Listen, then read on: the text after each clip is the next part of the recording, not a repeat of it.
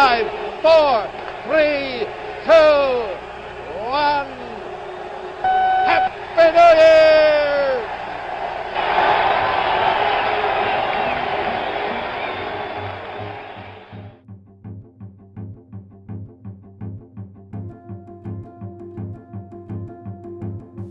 (1968). The nation was at war, not only against the Vietnamese in Southeast Asia, but also with itself. Americans were protesting against the war, against racism, and against what some saw as the fundamental values of American society. The exchange of new and radical ideas about values and policy that during the election that year reshaped American politics and gave us the political landscape we know today. Ever since Franklin Roosevelt assembled the New Deal coalition in his 1932 landslide victory, the Democratic Party had effectively controlled levers of power nationwide for the better part of 3 decades.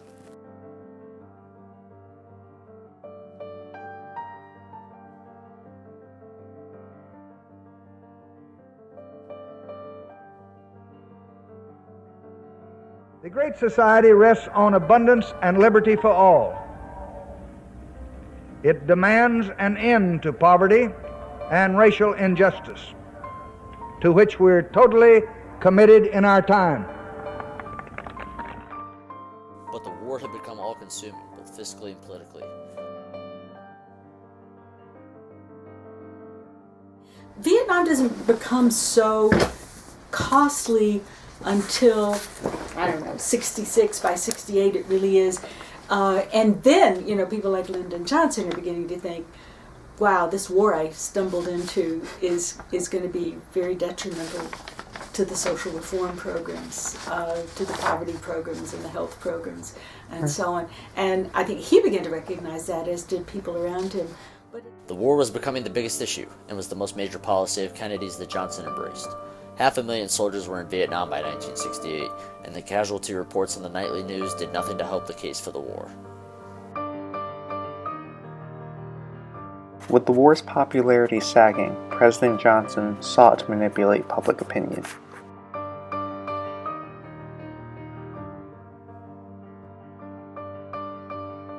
Johnson was hiding the truth from himself. Johnson had an enormous influence over the Harris polling organization, which I suppose was the biggest along with Gallup. Gallup was more independent. But he used his influence over the Harris pollsters to keep them from asking questions that might show that that people had turned against the war. So there were questions you could never ask, and it was usually framed as, should we stick around for peace with honor and to defeat communism, or should we just cut and run? It was that kind of, not worded like that, of course, but that was the kind of choice people were offered on those votes.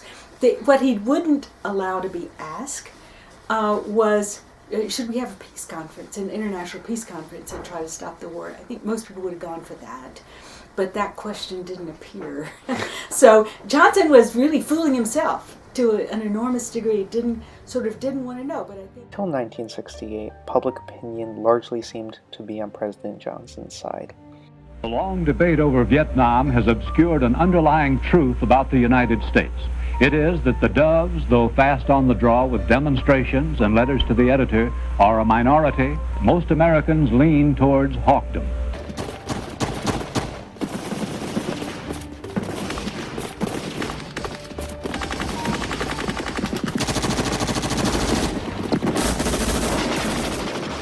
Just 6 days after the CBS News broadcast, the Tet Offensive permanently shook the entire nation's perceptions about the Vietnam War. The North struck at several hundred locations across the South, even breaching the U.S. Embassy in Saigon, supposedly the safest city in South Vietnam. With the war no longer seeming winnable, anti-war candidates such as Minnesota Senator Eugene McCarthy surged in the polls. They're asking for Democratic support for a Republican policy. And we should not give it to them. We should not give it to them. In the first-in-the-nation New Hampshire primary, Senator McCarthy nearly upset President Johnson. President Johnson, seeing the writing on the wall, decided to not run for re-election. His vice president, Herbert Humphrey, took up the establishment banner. Sensing blood in the political water, New York Senator Robert F. Kennedy soon joined the race. I found Americans of all ages, and colors, and political beliefs deeply desirous of peace in Vietnam and reconciliation at home. Despite all the discord and dispirit, despite all of the extremists and their actions, there remains in this country today an enormous reservoir of hope and goodwill. All of you, Americans on to Chicago and let's win there. Senator Kennedy has been shot. Is that possible? Oh, my God. Senator Kennedy has been shot, and possibly shot in the head. Senator Kennedy was likely the only candidate capable of bridging the divide between Humphrey and the establishment and McCarthy and the outsiders in the Democratic Party.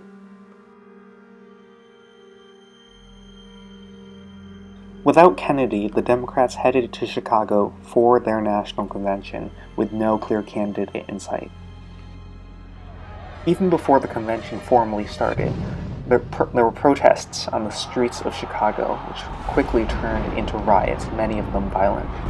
Many of the protesters, numbering some 30,000, were students and other young dissidents, activists against the Vietnam War. They were met by thousands upon thousands of police officers under the direction of Mayor Richard Daley.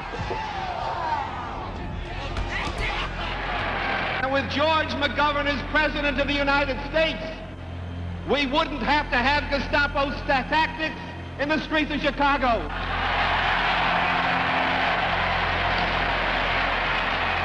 With George McGovern, we wouldn't have a National Guard. With attention on the streets, Humphrey was more or less coronated by party bosses as the nominee, despite having not won a single primary of the 14 that were held.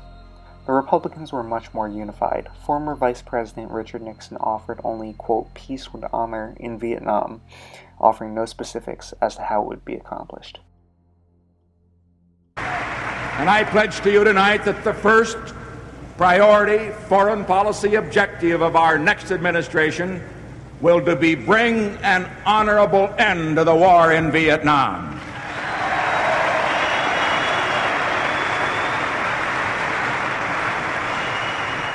In the end, Nixon narrowly edged Humphrey in one of the closest elections in modern times. One major factor may have been the collapse of the Paris peace talks over the Vietnam War days before the election. Recent accounts seem to suggest that Nixon had a hand in the collapse of the peace talks days before the election, one of many dirty tricks that he would play in his political career. Richard Nixon probably slowed down the peace. Well, we know he slowed down the peace process, but he probably did it much earlier than we think, because he knew that if there was peace before the '68 election, he'd have less chance of winning. It would make Johnson look like a reformer. I don't think Johnson even realized that those things were going on. And not the first time in American history. This is a story. President Nixon's Vietnam policy resulted in a withdrawal of American forces and the collapse of the South Vietnamese government to the communist North Vietnamese government. The modern primary system was established as a result of the election and complaints by activists that their votes were irrelevant to the selection of the presidential nominee. This resulted to an increasing degree of populism in American politics, a trend that continues to this day. War can be a mirror. It can reflect upon the society that participates in it, and its values, and its perspectives, and its worldviews. In the United States, following the Vietnam War, war was no longer always righteous. War was no longer always just. A direct result of the encounter between anti-war activists and mainstream society, and the exchange of ideas that inevitably happens when ideology clashes with ideology.